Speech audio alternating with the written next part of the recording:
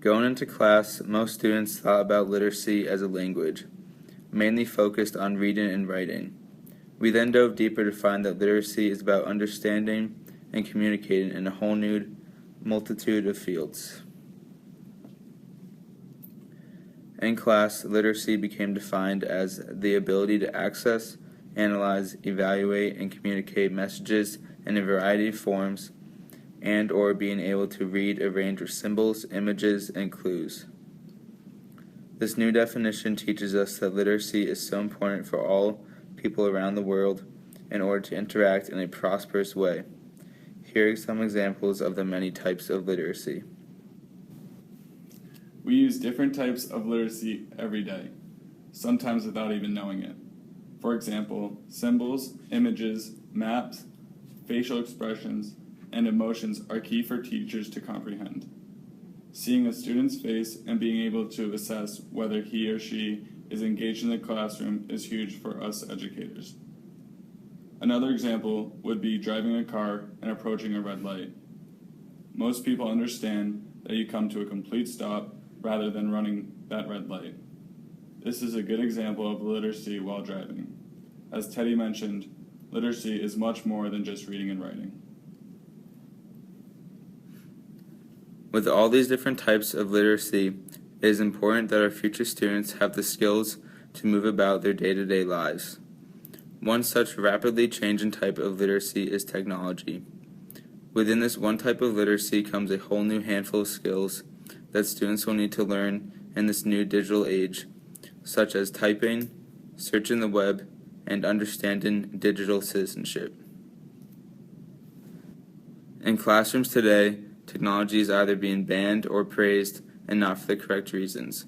Becoming literate in technology is crucial for today's students, because much like any other type of literacy, there is a major difference in being able to use a computer and being able to understand a computer. Much like technology, history has many aspects to account for fully comprehending this content area.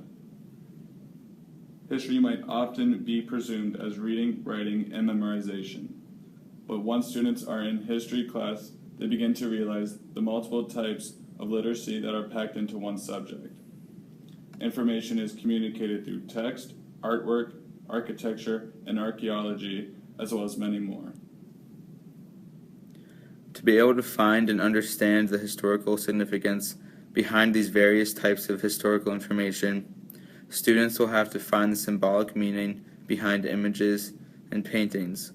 For example, the light in the background of this famous picture puts all eyes on George Washington, and the men's many different facial expressions show fatigue and hard work that might be symbolic for their effort to be able to win the war as a whole.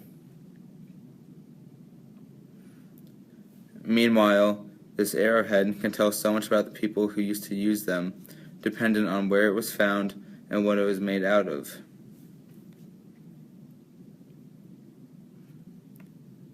One such example here on campus would be observing the architecture behind the church.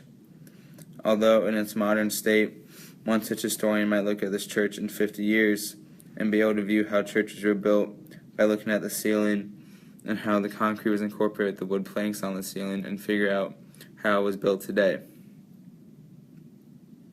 History does not just stop at discovery, but is focused on explanation and conclusion. Literacy is all around us in the world today.